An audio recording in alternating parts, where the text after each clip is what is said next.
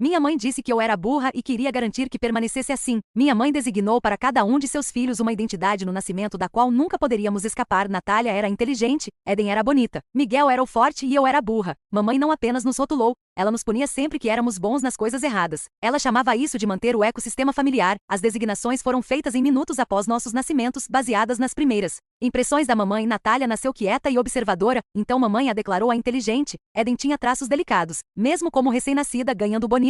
Miguel era um bebê grande que chorava alto, fazendo dele o forte. Nasci por último e menor, lutando para respirar, e mamãe decidiu que isso significava que eu era burra. Ela escreveu esses papéis em nossas certidões de nascimento como condições médicas. Papai foi embora quando percebeu que ela falava sério sobre isso. Não conseguia suportar ver o que estava fazendo conosco. Mamãe interpretou a partida dele como prova de que seu sistema funcionava melhor sem ele por perto. Quando Natália lutava com um problema de matemática, mamãe o resolvia para ela, depois me batia se tentasse ajudar, porque crianças burras não entendem matemática. Quando cresci mais alta que Eden, mamãe me forçou a ficar curvada constantemente até minha coluna literalmente curvar, porque a burra não podia ser alta também. Ela me tirou da escola após a 3ª série, alegando que eu era burra demais para aprender, mas na verdade ela entrava em pânico quando comecei a ler acima do nível da série. Miguel não podia chorar, mesmo com ossos quebrados, porque o forte não sente dor. Quando Eden ganhou peso normal de adolescente, mamãe a colocou em dietas extremas até ela desmaiar diariamente, porque a bonita tinha que permanecer magra, não importa o que. Mamãe ficou pior conforme ficamos mais velhos e começamos a mostrar talentos que não combinavam com nossos rótulos. Ela deu pílulas para Eden que fizeram seu cabelo cair quando mostrou o talento atlético, porque meninas bonitas não suam. Ela forçou Miguel a levantar pesos desde os 6 anos até suas articulações ficarem basicamente destruídas, garantindo que precisaria de bengala aos 20. Quando Natália mostrou o talento artístico, mamãe queimou suas pinturas bem na frente dela. Mas comigo foi pior porque a inteligência era mais difícil de destruir que beleza ou força. Mamãe me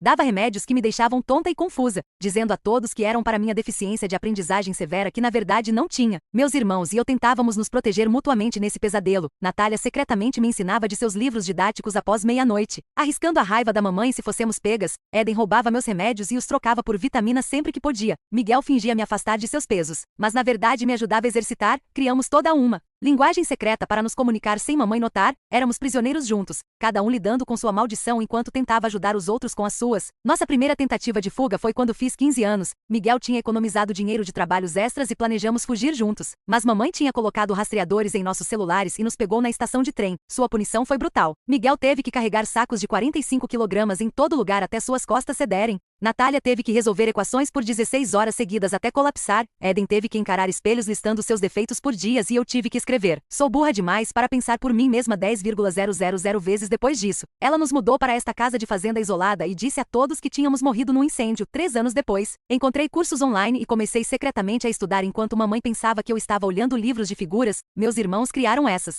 distrações elaboradas para que eu pudesse aprender. Natália fingiria crises acadêmicas que precisavam da atenção total da mamãe. Eden teria emergências de beleza que levavam horas para consertar. Miguel fingiria se machucar de maneiras que requeriam um cuidado constante da mamãe. Graças a eles, terminei meu ensino médio e me candidatei a faculdades usando o computador da biblioteca. Quando minha carta de aceitação da Universidade Estadual chegou em nossa caixa postal, Miguel a pegou e todos choramos juntos no celeiro. Planejamos minha fuga por meses. Na noite que parti, Natália fingiu uma convulsão de superexerção de sua mente brilhante. Enquanto Eden quebrou um espelho e ameaçou destruir seu rosto, durante o caos, Miguel me contrabandeou em seu caminhão e me levou para o campus. Por uma semana incrível, vivi no dormitório e fui às aulas como pessoa normal. Escolhi minhas próprias roupas, falei em aula, fiz amigos que me conheciam apenas como Lara, então mamãe ligou. Realmente achou que não descobriria, disse estranhamente calma. A escola ligou sobre seus registros médicos. Já te retirei. Miguel está te trazendo para casa. Me virei e lá estava Miguel na minha porta parecendo doente de culpa. Atrás dele estava mamãe segurando uma bolsa médica. Sinto muito, ele sussurrou. Ela ameaçou cegar Eden e mutilar as mãos da Natália. Mamãe sorriu enquanto preparava uma seringa. Você perturbou todo o ecossistema tentando ser inteligente, disse caminhando em minha direção. Precisamos consertar esse cérebro hiperativo permanentemente. Dr. Benson está nos encontrando em casa. Ele faz cirurgias especiais que miram partes específicas do cérebro. Enquanto Miguel segurava meus braços e mamãe levantou a agulha, ela disse as palavras que ainda me assombram. Não se preocupe, querida. Você nem vai lembrar de querer ser algo além de burra quando terminarmos de retirar as áreas problemáticas. A agulha se movia em direção à minha pele e eu observava o líquido claro dentro, enquanto o aperto de Miguel ficava mais apertado ao redor de ambos os meus braços. Meu coração batia tão forte que pensei que poderia explodir quando a ponta de metal tocou meu braço. Foi quando as batidas começaram na porta do meu dormitório, altas o suficiente para balançar a moldura inteira. Mamãe puxou a agulha de volta e a enfiou em sua bolsa médica bem quando a porta se abriu violentamente. A oficial de segurança do campus Quironesh rompeu com a mão no rádio, olhando para nós três. Congelados em posições estranhas, Miguel ainda tinha meus braços presos atrás de mim e mamãe estava fechando sua bolsa enquanto tentava parecer normal. Anne se colocou entre nós e tirou as mãos de Miguel de mim, depois me moveu atrás dela em direção à porta. Meu corpo inteiro tremia tão forte que eu mal conseguia ficar de pé e meus dentes batiam como se estivesse congelando. Mamãe começou a falar com sua voz calma de doutora sobre o quão preocupada estava com minha saúde mental e como eu precisava de ajuda. Disse que eu estava tendo episódios e inventando histórias sobre a família. Nash olhou as marcas vermelhas nos meus braços onde Miguel tinha me agarrado. Depois a bolsa médica da mamãe em minha mesa. Tentei falar, mas minha voz saiu toda quebrada e estranha do tremor. Nash me perguntou o que havia na bolsa e consegui dizer a palavra seriga entre os tremores. Mamãe disse que eram apenas medicamentos para minha condição, mas Nash não estava comprando. Ela chamou reforços no rádio e ficou bloqueando a porta para que ninguém pudesse sair. Mamãe tentou passar por ela, mas Nash levantou a mão e disse que todos precisavam ficar até isso ser esclarecido. 2 guardas de segurança a mais apareceram e Nash disse para eles vigiarem mamãe e Miguel enquanto ela falava comigo. Contei sobre a agulha e a lobotomia que mamãe tinha ameaçado. As palavras saíam todas misturadas e em pânico. O rosto da Nash mudou de preocupado para horrorizado quando ela chamou uma ambulância pelo rádio. Mamãe continuava tentando interromper e explicar, mas Nash disse para ela ficar quieta. A ambulância chegou no que pareceu uma eternidade, mas provavelmente foram apenas 10 minutos.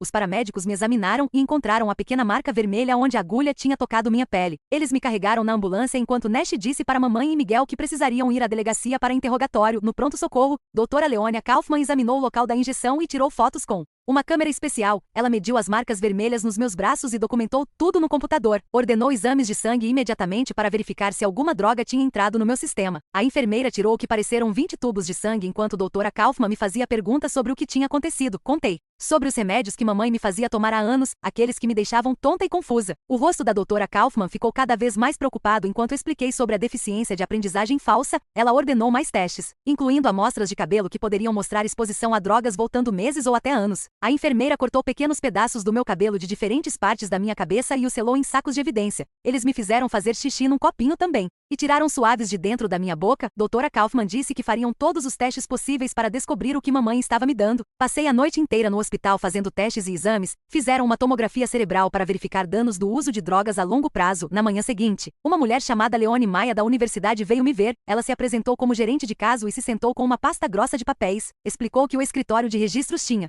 encontrado os documentos que mamãe usou para me retirar da escola. Os papéis alegavam que eu tinha deficiência cognitiva severa e não podia funcionar no ambiente acadêmico. Leone disse que os documentos eram claramente falsificados. Já que eu tinha frequentado aulas normalmente por uma semana, ela me ajudou a preencher algo chamado bloqueio FERPA, que impediria a mamãe de acessar qualquer dos meus registros escolares. Passamos 1 hora passando por diferentes formulários para medidas de segurança do campus. Leone começou a papelada para uma ordem de não contato que baniria a mamãe do campus. Disse que levaria alguns dias para processar, mas a segurança do campus já tinha foto da mamãe. Usei meu celular para mandar mensagem aos meus irmãos, nossa palavra código antiga, que significava, você está bem? Eden respondeu que mamãe estava em casa gritando com todos sobre como eu tinha arruinado tudo. Disse que mamãe estava no telefone com advogados tentando entrar com pedido de tutela sobre mim. Mamãe alegava que eu era mentalmente incompetente e precisava de alguém para tomar decisões por mim. Eden me avisou que mamãe já tinha ligado para 3 médicos diferentes, tentando fazer eles assinarem papéis sobre minha suposta deficiência. Há algo profundamente perturbador sobre quão metódica esta mãe é, com seu sistema de controle designando papéis no nascimento baseados em primeiras impressões. Fico curiosa sobre por que ela é tão comprometida com essas categorias rígidas que realmente drogaria seus próprios filhos e os machucaria fisicamente. Leon ligou para alguém da assistência jurídica e em 1 hora uma advogada chamada Lara Ferreira apareceu. Era jovem, mas parecia muito esperta e tomou notas de tudo que contei.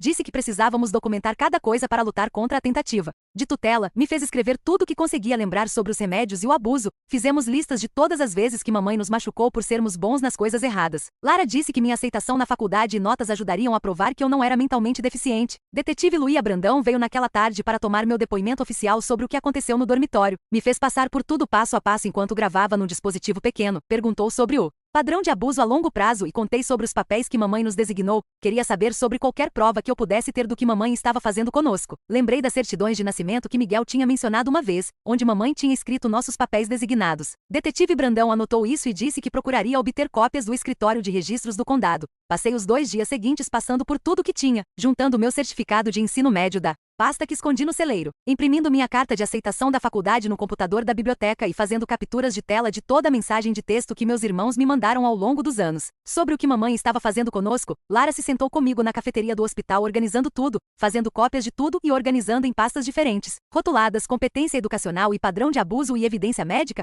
Ela continuava balançando a cabeça em algumas Mensagens, especialmente aquelas onde Eden descrevia ser forçada a vomitar depois de comer refeições normais. Ou Natália falando sobre ter que fingir que não conseguia entender conceitos básicos perto da mamãe. O escritório de assistência financeira ligou enquanto estávamos trabalhando e a mulher no telefone soou confusa quando explicou que meu financiamento estava congelado porque mamãe tinha entrado em contato alegando que eu era mentalmente incompetente para gerenciar dinheiro. Leonce encontrou lá na manhã seguinte e nos sentamos naquelas cadeiras de plástico desconfortáveis enquanto ela preenchia a papelada de anulação de dependência, explicando ao diretor de assistência financeira sobre a situação e mostrando o relatório policial do incidente do dormitório. Ele disse que levaria semanas para processar, mas prometeu acelerar dadas as circunstâncias. Mamãe começou a mandar e-mails para minha conta escolar naquela tarde, mensagens longas e divagantes sobre como eu estava destruindo o ecossistema familiar e como a burra aceitar seu lugar era essencial para o bem-estar de todos. Escreveu sobre como a inteligência da Natália sofreria sem contraste, como a beleza da Eden não significava nada se todos fossem iguais, como a força do Miguel vinha de proteger a fraca. Lara me disse para salvar cada e-mail, mas não responder. Disse que essas mensagens eram evidência perfeita da mentalidade abusiva da mamãe e ajudariam o nosso caso. Encaminhei todas para uma pasta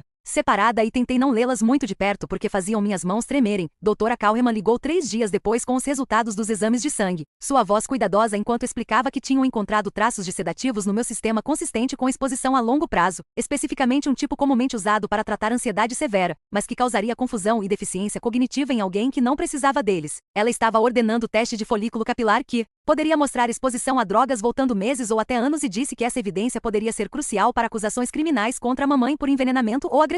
Naquela mesma noite, Miguel me ligou solução tão forte que mal conseguia entendê-lo no início. Continuava dizendo que sentia muito várias vezes antes de finalmente conseguir falar que mamãe estava fazendo ele escolher entre ajudá-la a me trazer para casa ou deixar ela machucar Eden e Natália pior do que nunca. Sua voz rachou quando me contou que ela tinha contratado algum cara que encontra pessoas que não querem ser encontradas e essa pessoa já estava rastreando minha localização através do meu celular ou computador ou algo assim. Eu conseguia ouvir mamãe no fundo dizendo para ele parar de ser fraco, que o forte não chora sobre disciplina necessária. Detetive Brandão agendou uma reunião para o dia seguinte para discutir, obter uma ordem de restrição contra a mamãe. Explicou que entre a tentativa de agressão no meu dormitório, o comportamento de perseguição com o rastreador que ela mencionou encontrar e o padrão documentado de abuso que estávamos estabelecendo, deveríamos ter o suficiente para pelo menos uma ordem de proteção temporária. Nos encontramos na delegacia, onde ela me fez preencher mais formulários, descrevendo cada incidente que conseguia lembrar de mamãe me machucando ou ameaçando ou controlando minha vida. 3 dias depois, fomos ao tribunal para a audiência da ordem de restrição temporária e, claro, mamãe apareceu parecendo perfeitamente arrumada num terno azul marinho com cabelo preso para trás, dizendo ao juiz nesta voz calma e razoável que eu era delirante e sempre tive problemas mentais que requeriam supervisão constante. Mas então o juiz olhou a evidência médica que doutora Kaufman tinha mandado, leu os e-mails que mamãe me mandou sobre o ecossistema, viu as fotos que o oficial Nash tinha tirado das marcas nos meus braços do incidente do dormitório e seu rosto ficou cada vez mais duro. Ele concedeu uma ordem de restrição temporária de 2 semanas e agendou uma audiência para uma permanente, avisando mamãe que qualquer contato comigo resultaria em prisão. Mamãe começou a usar outras pessoas para me contactar dentro de horas de sair do tribunal, tendo primos que não ouvia há anos de repente me mandando mensagens sobre como estava partindo o coração da mãe, tendo velhos amigos da família ligando para o telefone do dormitório para me dizer que estava sendo egoísta e destruindo minha família. Lara documentou cada contato como violação do espírito, se não da letra da ordem de restrição, construindo o nosso caso de que mamãe não conseguia respeitar limites, mesmo com consequências legais pairando sobre ela. Então, alguém postou meu endereço do dormitório online num fórum sobre crianças, problema que abandonam suas famílias, alegando que eu era uma pessoa mentalmente doente e perigosa, que tinha deixado minha pobre mãe para lidar com meus irmãos sozinha depois de anos de sacrifício. Tido Campos me ajudou a documentar o doxing, fazendo capturas de tela e rastreando endereços IP, enquanto segurança começou a fazer patrulhas extras perto do meu prédio e checando o IDS de qualquer um que não parecesse estudante. A universidade emitiu uma ordem oficial de não entrada contra a mamãe no dia seguinte, após o incidente de doxing com o oficial Nash, pessoalmente dirigindo para entregar a mamãe na fazenda e avisando que qualquer aparição no campus resultaria em prisão imediata e processo por invasão criminal. 2 dias depois, encontrei um pacote pequeno enfiado na minha caixa de correio entre contas e panfletos do campus. Dentro estava um pendrive com um post-it na caligrafia do Miguel, que apenas dizia evidência. Conectei no meu laptop e encontrei cópias escaneadas de todas as 4 nossas certidões de nascimento. Minhas mãos começaram a tremer quando vi o que mamãe tinha escrito em cada uma, bem alinas. Caixas oficiais para condições médicas, ela tinha escrito nossos papéis designados em sua caligrafia perfeita cursiva. Natália dizia inteligente, função cognitiva excepcional. Eden dizia bonita, prioridade estética. Miguel tinha forte, dominância física requerida. A minha dizia burra, capacidade severamente limitada. Ela literalmente colocou esses rótulos em nossos documentos legais como se fossem diagnósticos médicos reais. Imprimi cópias e corri para o escritório da Lara sem nem pegar meu Casaco. Ela deu uma olhada nas certidões de nascimento e seu rosto ficou branco. Isso é abuso premeditado documentado desde o nascimento. Disse nunca vi nada tão claro em 20 anos de prática. Imediatamente começou a fazer cópias para nosso arquivo do caso e disse que isso seria a peça central da nossa audiência de ordem de restrição permanente. Naquela mesma tarde, meu celular vibrou com uma mensagem da Eden usando o nosso código antigo. Quando traduzi, meu estômago afundou. Ela tinha desmaiado. Na fazenda e mamãe teve que levá-la ao pronto atendimento. O médico lá notou que ela estava severamente abaixo do peso e perguntou sobre hábitos alimentares. Mamãe disse que Eden estava apenas estressada porque sua irmã problemática tinha abandonado a família e estava fazendo acusações falsas. Eden disse que o médico pareceu suspeito, mas não insistiu, já que mamãe estava lá o tempo todo. Mandei mensagem de volta para Eden perguntando se ela conseguiria cópias desses registros médicos. Estava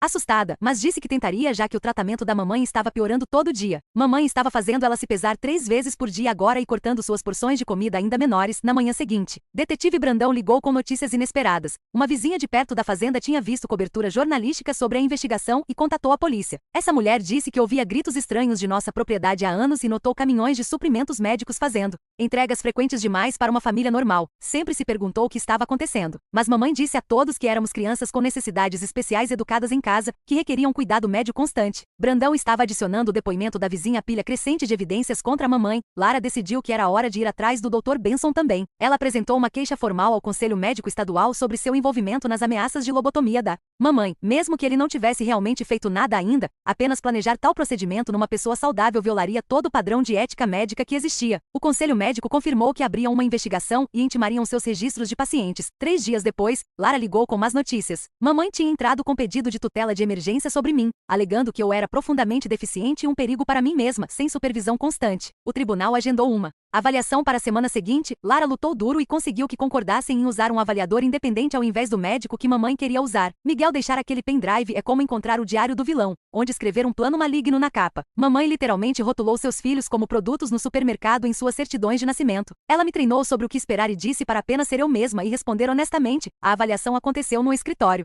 Pequeno no tribunal, a avaliadora era uma mulher na casa dos 50 que parecia gentil, mas minuciosa. Passei 3 horas respondendo perguntas, fazendo testes cognitivos básicos, explicando meu histórico educacional e descrevendo o abuso. Ela me fez resolver problemas de matemática, ler passagens e explicá-las e demonstrar que entendia conceitos abstratos. Quando mostrei meu certificado de ensino médio e carta de aceitação da faculdade, ela pareceu chocada. Sua mãe alega que você tem a capacidade mental de uma criança pequena, disse cuidadosamente. Mostrei a certidão de nascimento com a caligrafia da mamãe, me rotulando como a burra desde o nascimento. A avaliadora tomou notas detalhadas e disse que precisaria de tempo para revisar toda a evidência antes de fazer sua recomendação ao tribunal. Enquanto isso, Leone estava trabalhando para me conseguir apoio de saúde mental. Me conectou com um grupo de apoio para sobreviventes de abuso familiar que se reunia semanalmente no campus. Havia uma lista de espera enorme para terapia individual, mas pelo menos o grupo me deu um lugar para falar com pessoas que entendiam. A primeira reunião foi difícil, mas ouvir as histórias de outras pessoas me fez sentir menos sozinha e menos louca. Uma mulher lá havia escapado de situação similar onde seus pais a designaram o papel de fracasso da família. Naquela noite, Miguel me mandou algo que me fez chorar. Ele tinha ido a uma clínica e feito raios-x de suas articulações. As imagens mostraram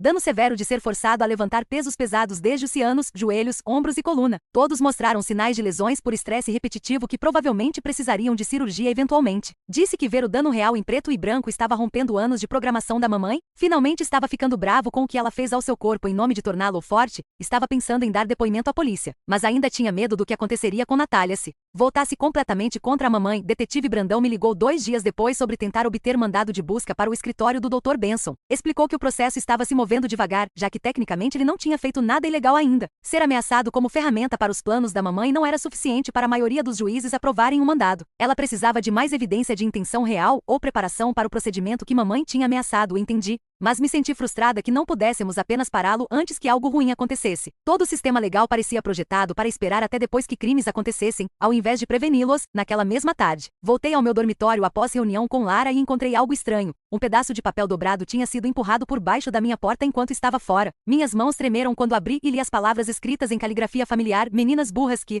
fogem se machucam. Era tudo que dizia, mas reconheci o jeito da mamãe de fazer suas letras. Liguei para a segurança do campus imediatamente e o oficial Nash veio coletar a nota como evidência. Segurança passou horas revisando filmagens da câmera do corredor, mas quem quer que tenha deixado evitou todas as câmeras. Sabiam exatamente onde estavam os pontos cegos, o que significava que estavam observando e planejando. N aumentou patrulhas perto do meu prédio e sugeriu que eu variasse minhas rotas. Para a aula na manhã seguinte, minha mochila se sentia mais pesada que o normal quando a peguei para a aula. Não conseguia descobrir já que não tinha adicionado livros ou suprimentos novos, despejei tudo na minha cama e comecei a checar todos os bolsos e compartimentos. Foi quando encontrei costurado no forro no fundo, alguém tinha cortado o tecido, inserido um pequeno rastreador GPS e costurado de volta. A costura estava limpa e quase invisível, mas conseguia sentir o dispositivo de plástico duro dentro. Detetive Brandão veio coletá-lo e disse que o faria checar por impressões digitais. Ela adicionou acusações de perseguição à lista crescente de crimes que estávamos construindo contra a mamãe. O rastreador parecia caro e provavelmente estava transmitindo minha localização por dias. Mais tarde naquela semana, recebi boas notícias do escritório de registros. A universidade concordou em me deixar me matricular provisoriamente para 2 disciplinas enquanto todas as questões legais fossem resolvidas. Não era a carga completa de disciplinas que queria, mas ter alguma rotina normal me ajudou a me sentir mais centrada. Fazer introdução à psicologia e redação provou que era capaz de trabalho universitário. Meus professores foram compreensivos quando Leon explicou minha situação privativamente.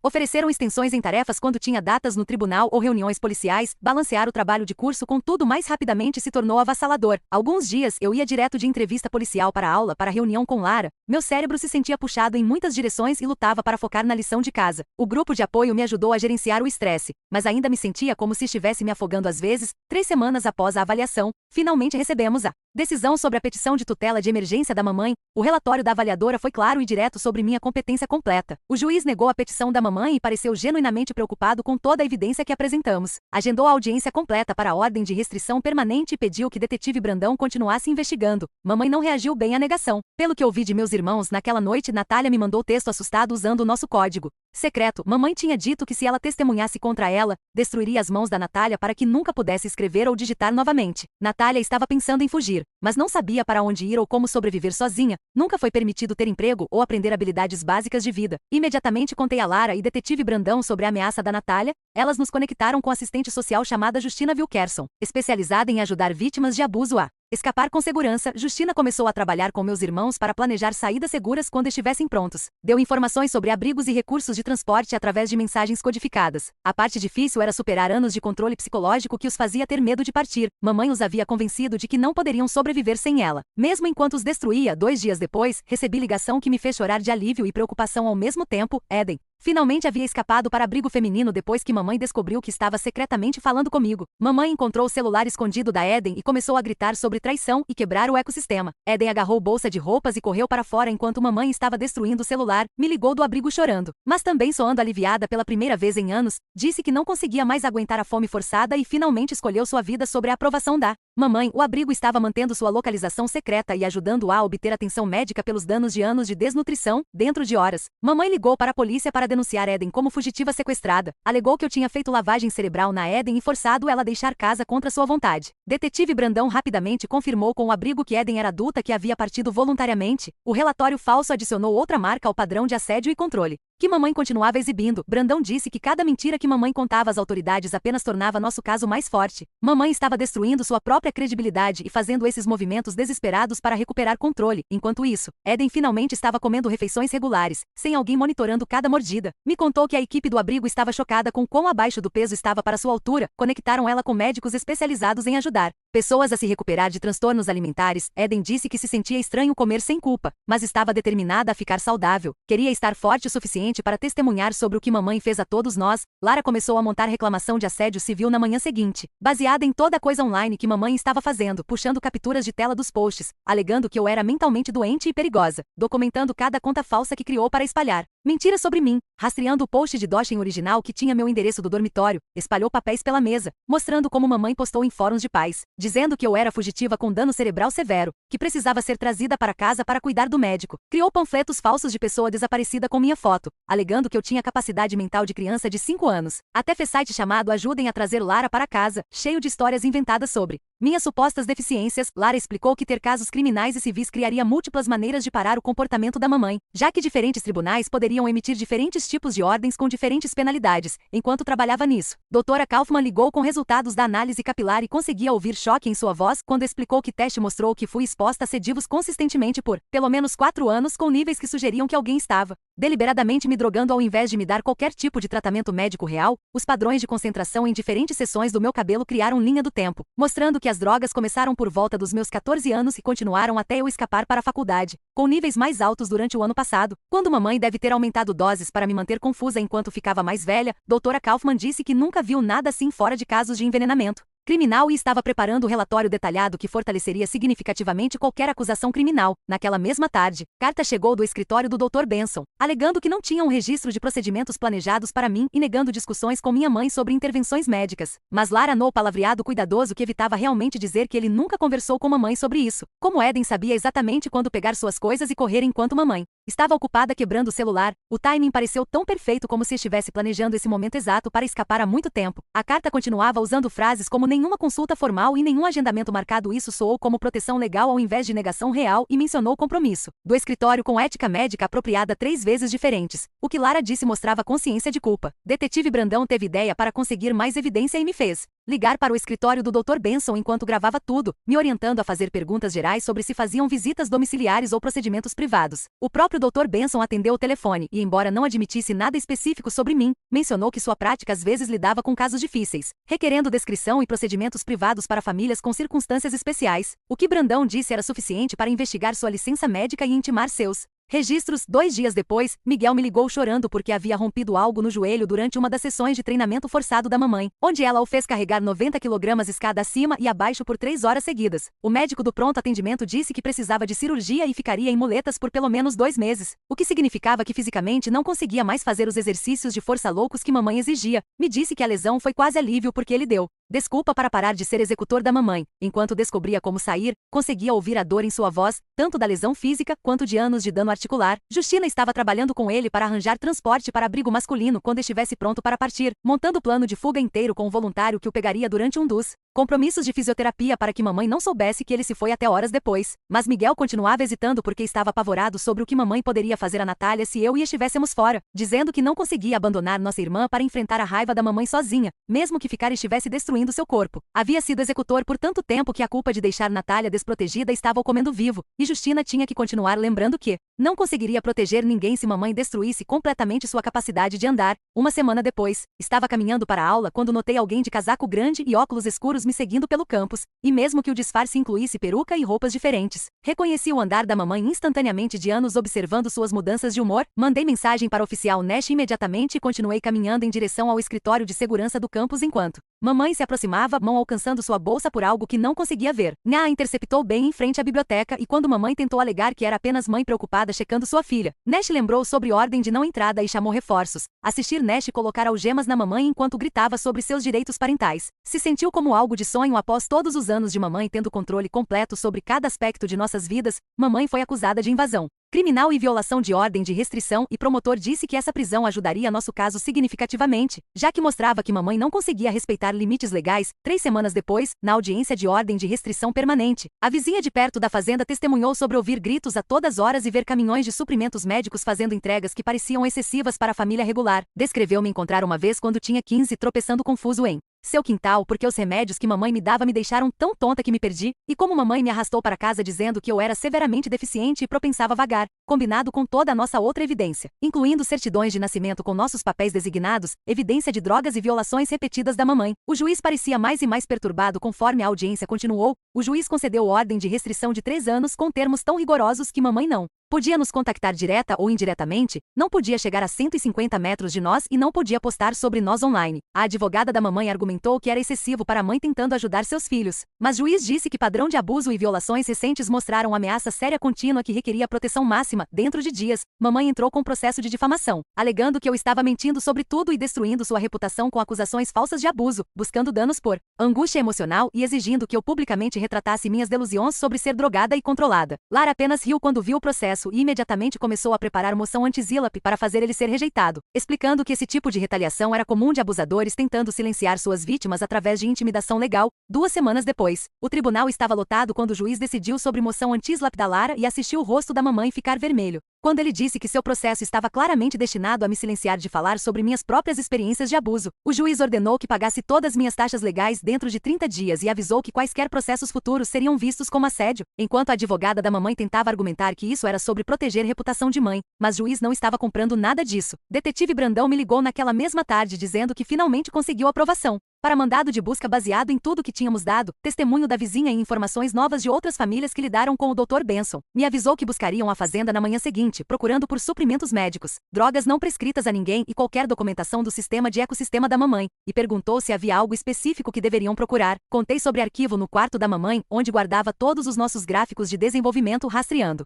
quão bem permanecíamos em nossos papéis designados e caixa trancada debaixo da cama, onde armazenava os remédios que me fazia tomar. A equipe de busca encontrou muito mais do que até eu esperava, incluindo cadernos detalhados datando de nossos nascimentos, onde mamãe escreveu observações diárias sobre como nos manter em nossos papéis, frascos de sedativos prescritos sem nomes de pacientes e 17 dispositivos de rastreamento diferentes que planejava usar em nós. Também encontraram e-mails impressos entre mamãe e Dr. Benson, discutindo procedimentos de ajuste cognitivo para crianças problema e recibos por equipamento médico que não tinha uso legítimo numa casa regular. As fotos da sala de evidências que detetive Brandão me mostrou depois fizeram meu estômago revirar. Ver tudo disposto em mesas com etiquetas de evidência, especialmente seringas e frascos que mamãe estava coletando para o que quer que estivesse planejando a seguir. Dentro de horas da busca, mamãe foi presa em seu motel por agressão, perseguição e abuso infantil baseado no que encontraram. E detetive Brandão disse que Dr. Benson também estava sob investigação depois descobrirem que estava fazendo esses procedimentos especiais em outras famílias também. A foto policial da mamãe mostrou ela ainda tentando parecer composta, mas dava para ver raiva em seus olhos que seu sistema perfeito estava finalmente sendo exposto para todos. Miguel foi trazido para interrogatório no dia seguinte sobre seu papel em me trazer de volta do campus e me senti mal sabendo que ele poderia ter problemas por algo que mamãe o forçou a fazer. O detetive que o interrogou me ligou depois, dizendo que não fariam acusações porque estava claro que Miguel também era vítima que havia sido ameaçado e manipulado, o que parecia ajudar ele a finalmente começar a aceitar que o que mamãe fez a todos nós foi abuso. Eden foi à delegacia naquela semana para dar depoimento juramentado sobre remédios dietéticos e fome forçada, mostrando fotos de quando estava mais magra e registros médicos de múltiplos episódios de desmaio que mamãe ignorou. Natália mandou declaração escrita com fotos de suas pinturas queimadas e descrições detalhadas das punições que recebia por mostrar qualquer talento artístico, mas declarações de testemunhas de 2 vizinhos antigos que viram fumaça da mamãe queimando sua arte. A coragem deles em falar tornou o caso muito mais forte e o promotor disse que ter todos os 4 irmãos confirmando o padrão de abuso tornou quase impossível para mamãe alegar que isso era apenas uma criança perturbada inventando coisas. Mamãe pagou fiança 3 dias depois e imediatamente começou a aparecer no tribunal durante minhas audiências para apelações da ordem de restrição, ficando exatamente a 151 metros de distância, o que era tecnicamente fora da ordem, mas claramente destinado a me assustar cada vez que aparecia. Segurança do campus ou oficiais do tribunal documentavam com fotos e medidas, construindo mais evidência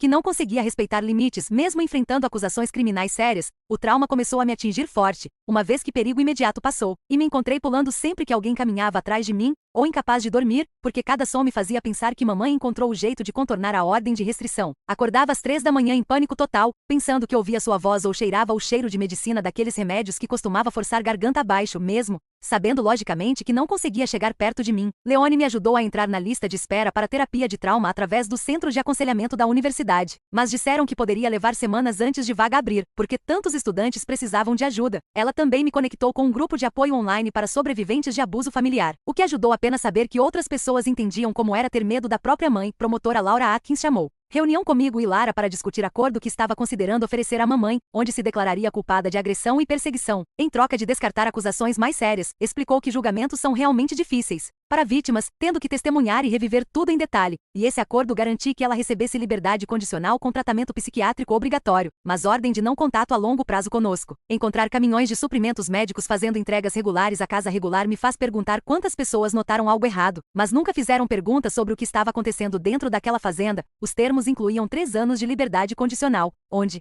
qualquer violação significaria tempo de prisão imediato, terapia obrigatória 2 vezes por semana, que teria que pagar ela mesma, e ordem de restrição de 10 anos, cobrindo todos nós 4 filhos, sem exceções para feriados ou eventos familiares. Liguei para meus irmãos naquela noite e conversamos por horas sobre apoiar ou não o acordo, com Miguel dizendo que apenas queria que acabasse. Eden, preocupada que mamãe encontraria jeito de contornar quaisquer restrições, e Natália pensando que Terapia poderia realmente ajudar mamãe a entender o que fez conosco. Finalmente concordamos que nossa segurança importava mais que ver mamãe receber punição máxima e que ter resultado garantido era melhor que arriscar julgamento onde algo poderia dar errado. 2 dias depois, todos mandamos cartas ao promotor dizendo que apoiávamos o acordo e mamãe se declarou culpada no tribunal de agressão e perseguição, enquanto o juiz garantiu que entendia que estava concordando ficar longe de todos nós por uma década. As notícias sobre Dr. Benson vieram através de detetive Brandão, que ligou para me contar que após nosso caso aparecer nas notícias locais, 3 outras famílias contataram o conselho médico sobre ele, sugerindo tratamentos estranhos para seus filhos que não eram procedimentos médicos normais. O conselho suspendeu sua licença imediatamente enquanto investigavam tudo, e Brandão disse que provavelmente nunca praticaria medicina novamente, o que significava que mamãe perdeu sua